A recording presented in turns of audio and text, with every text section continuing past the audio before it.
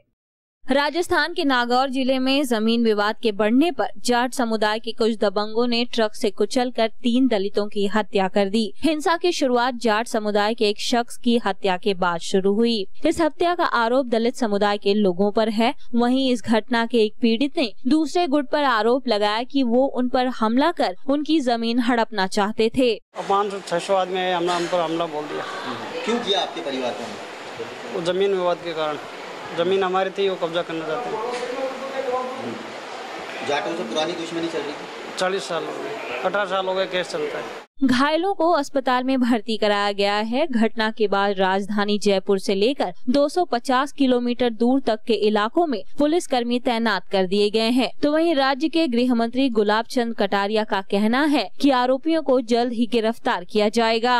मैं ये कह सकता हूँ कि राजस्थान का आज का कोई ऐसा संगीन केस बाकी नहीं है जिसको हमने ट्रेस आउट नहीं करके मुलजिम नहीं पकड़े। इसको भी करेंगे, 2 दिन ज़्यादा लग सकते हैं। 2 दिन कहाँ जाएंगे? व्यक्ति आइडेंटिफाई है, कितना भी भाग जाए कहाँ भागेगा। यह विवाद 2 परिवारों के बीच 14 एकड़ की उपजाऊ जमीन से जुड़ा हुआ है और पिछले 10 सालों से ये मामला अदालत में लंबित है। आज की खबरों में इतना ही। फिलहाल मुझे दीजिए इजाजत। देश और दुनिया की बाकी बड़ी खबरों के लिए देखते रहिए टीवी एशिया। नमस्कार।